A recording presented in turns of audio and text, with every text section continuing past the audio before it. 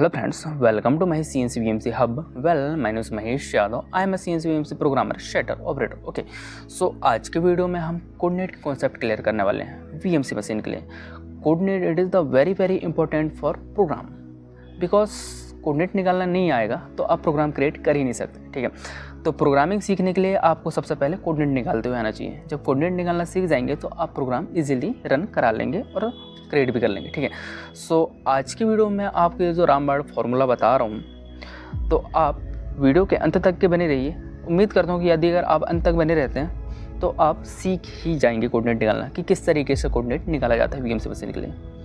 क्योंकि टूल का movement plus minus direction में किसके अकॉर्डिंग होता है, ये आपको इस वीडियो पर पूरा A to Z concept clear हो जाएगा किस तरीके से हम कोऑर्डिनेट निकालते हैं. ठीक है, तो चलिए आप वीडियो पर बने रहिए. इससे पहले यदि अगर आप मेरे चैनल पर नए हो तो मेरे चैनल को सब्सक्राइब एंड बेल आइकन को ऑल नोटिफिकेशन में सेट कर लो ताकि आने वाली हर एक वीडियो नोटिफिकेशन आपके पास सबसे पहले पहुंचे. तो चलिए हम वीडियो स्टार्ट करते हैं, है ना. बिल्कुल बेसिक से शुरुआत करेंगे ताकि आपको कोऑर्डिनेट निकालने में कोई प्रॉब्लम ना हो. ठीक है, तो सबसे पहले एक्सेस की बात करें तो हमारे वर्टिकल मशीन सेंटर में 3 एक्सेस देखने को मिलते हैं, जहाँ पर एक्स वाई जेड एक्सेस.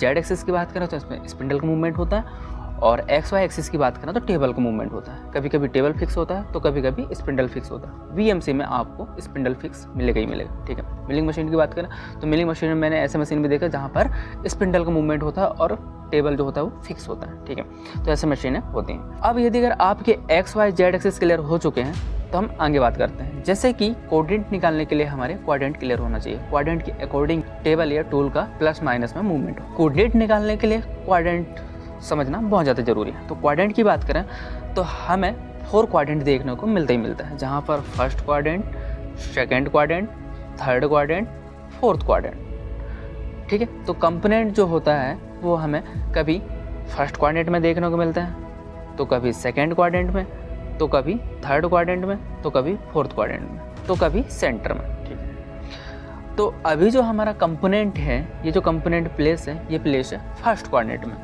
यदि अगर यही कंपोनेंट फर्स्ट क्वाड्रेंट में प्लेस है तो एक्स और वाई दोनों एक्सिस में टूल का मूवमेंट प्लस प्लस डायरेक्शन में होगा. कौन सा डायरेक्शन में? प्लस प्लस डायरेक्शन में. एक्स भी प्लस में जाएगा और वाई भी प्लस में जाएगा, क्योंकि कंपोनेंट जो है वो फर्स्ट क्वाड्रेंट में है. अब हमें कैसे पता चलेगा कि हमारा जो कंपोनेंट है वो फर्स्ट क्वाड्रेंट में है? वो ऑफसेट के अकॉर्डिंग कि ओरिजिन हमने कैसे बना कर रखे, ऑफसेट हमने कहाँ लेकर रखे, एक्स और वाई 0 पॉइंट कैसे बना कर रखे. तो जैसे कि एक्स और वाई की बात करें तो हमने ये आप देख पा रहे हैं एक्स और वाई 0.0 ये वाले कॉर्नर को हमने बना कर रखे. एक्स एक्सिस को भी 0 कर दिया और वाई एक्सिस को भी 0 कर दिया. इसलिए टूल का मूवमेंट प्लस प्लस डायरेक्शन में होगा, तब जाके पूरा मशीनिंग होगा ये वाले कंपोनेंट की.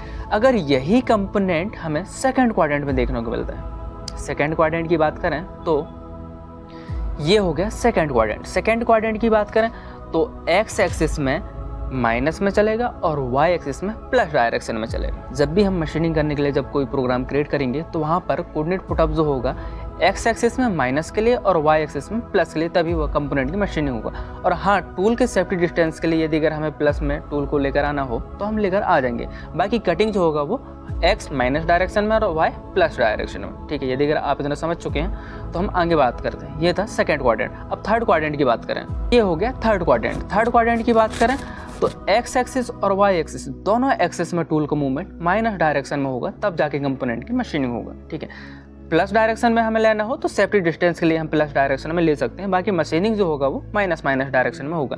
एक्स एक्सिस की बात करें तो माइनस डायरेक्शन में, और वाई एक्सिस की बात करें तो भी माइनस डायरेक्शन में. अब हमें कैसे पता चलेगा कि ये जो कंपोनेंट है ये थर्ड क्वाड्रेंट में है? तो हमें जो पता चलेगा, ये वाले कॉर्नर को हमने एक्स 0.0 और वाई 0.0 बना कर रखे हैं. कौन सा कॉर्नर? ये वाले जो कॉर्नर है इसको हम x 0.0 और y 0.0 बना कर रखें, इसलिए कंपोनेंट जो है वो थर्ड क्वाड्रेंट में. अब जब कंपोनेंट थर्ड क्वाड्रेंट में है तो x और y एक्सिस में दोनों एक्सिस में टूल का मूवमेंट माइनस डायरेक्शन में होगा, तब जाके मशीनिंग होगा कंप्लीट.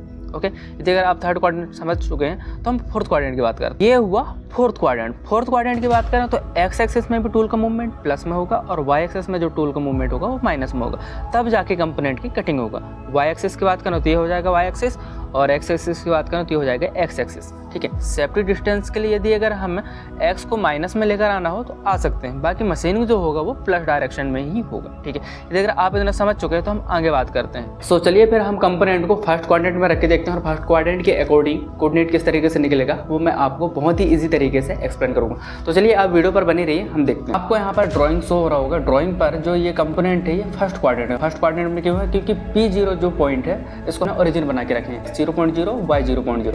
अब P1 का कोऑर्डिनेट निकालना है तो सबसे पहले एक्स एक्सिस की बात करें तो ओरिजिन कहाँ है? ये तो ओरिजिन से स्टार्ट होगा। P1 के लिए एक्स एक्सिस में मूवमेंट 97.5488 एब्सोल्यूट कोऑर्डिनेट की बात कर रहे हैं, G90 जिसका हम यूज एब्सोल्यूट कोऑर्डिनेट के लिए यूज करते हैं। तो एक्स एक्सिस में 97.5। वाई एक्सिस की बात करें तो वाई में अभी कोई भी मूवमेंट नहीं हुआ, वाई में अभी कोई भी मूवमेंट नहीं हुआ, इसलिए 0.0 ही रहा। तो एक्स 97.5488 एंड वाई 0.0 रहेगा। उसके बाद फिर P2 की बात करें तो ये हो गया P2। तो एक्स एक्सिस में 97.5488 ही रहेगा। एक्सिस की बात करें तो वाई एक्सिस में मूवमेंट हो गया। इसमें बात करें तो वाई एक्सिस में मूवमेंट किस P2 के लिए तो ये हो गया मूवमेंट। तो P2 का जो कोऑर्डिनेट निकलेगा एक्स एक्सिस के लिए 97.5488 एंड एक्सिस में 55.3249, ये P2 का कोऑर्डिनेट निकल गया। P3 की बात करें तो P3 में एक्सिस की बात करें तो एक्स एक्सिस में अभी कोई भी मूवमेंट नहीं हुआ P3 के लिए। तो एक्स एक्सिस में क्या हो जाएगा 0.0 एंड वाई एक्सिस बात करें तो वाई एक्सिस में जैसे कि 55.3249 ही रहेगा। ओरिजिन यहाँ से स्टार्ट हुआ 5.3249 ही रहेगा। ओके, ये निकल गया P3 का कोऑर्डिनेट। P3 और P2 y एक्सिस में 50.3249 ही रहेगा। बाकी एक्स एक्सिस की बात करें तो P2 के लिए 9.5488, एक्सिस की बात करें तो 55.3249। जैसे P3 का एक्स एक्सिस की बात करें तो 0.0 एक्सिस में मूवमेंट हुआ है तो 55.3249, ये प्लस प्लस में निकला है। ओके, तो ये निकला फर्स्ट क्वाड्रेंट। हम सेकंड क्वाड्रेंट की देखिए, आप इतना समझ चुके हैं तो अभी जो कंपोनेंट प्लेस है ये प्लेस है सेकंड। जिन जो है हमने x 0.0 y 0.0 ये 0.0 जो है ये x 0.0 y 0.0 ये। अब जितने भी कोऑर्डिनेट निकलेंगे तो ये वाले कॉर्नर से रेफरेंस लेना, ठीक है। तो P1 के लिए जैसे कि हम x एक्सिस की बात करें, P1 के लिए हम तो P1 के लिए जो कोऑर्डिनेट निकलेगा x एक्सिस में 0.0 ही रहेगा। y एक्सिस की बात हमने सीधे रेफरेंस लेंगे x 0.0 y 0.0 ये वाले कॉर्नर से रेफरेंस लेंगे P1 के लिए, तो y एक्सिस में मूवमेंट हो जाएगा टूल का 5.3249 प्लस में निकला है। ओके, अब x एक्सिस की बात करते हैं P2 कोऑर्डिनेट के लिए। तो P2 हमें ये देखने को मिल रहा है, तो x एक्सिस में जो मूवमेंट होगा P2 के लिए, तो ये P2 के लिए जो मूवमेंट होगा x एक्सिस में x minus 97.5488 and y axis की बात करें तो y एक्सिस में 55.3249, y एक्सिस में 55.3249 ही रहेगा।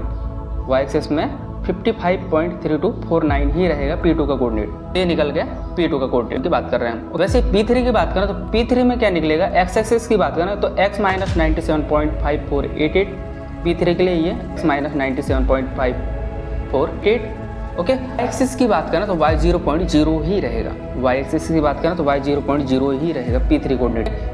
तो ये हुआ सेकंड क्वाड्रेंट। अब यहाँ पर कंपोनेंट जो प्लेस है ये प्लेस थर्ड क्वाड्रेंट में प्लेस है, जिसका कॉर्नर जो है ये origin x 0.0 y 0.0 P0 corner x 0.0 y 0.0। Okay, अब P1 के लिए जो कोऑर्डिनेट निकलेगा x P1 के लिए 97.5764 एक्स एक्सिस हुआ, और y एक्सिस की बात करें तो y 0.0 ही रहा। P1 का कोऑर्डिनेट निकल गया माइनस 97.5764 y 0.0। वहीं हम P2 के लिए बात करें तो P2 में x एक्सिस का मूवमेंट हुआ 97.5764 और y एक्सिस, तो y एक्सिस में मूवमेंट हो जाएगा y एक्सिस की बात करें तो ओरिजिन से P2 के लिए 55.3249 यहीं से हम रेफरेंस ले लेंगे P3 के लिए, तो ये निकल गया y माइनस 55.3249।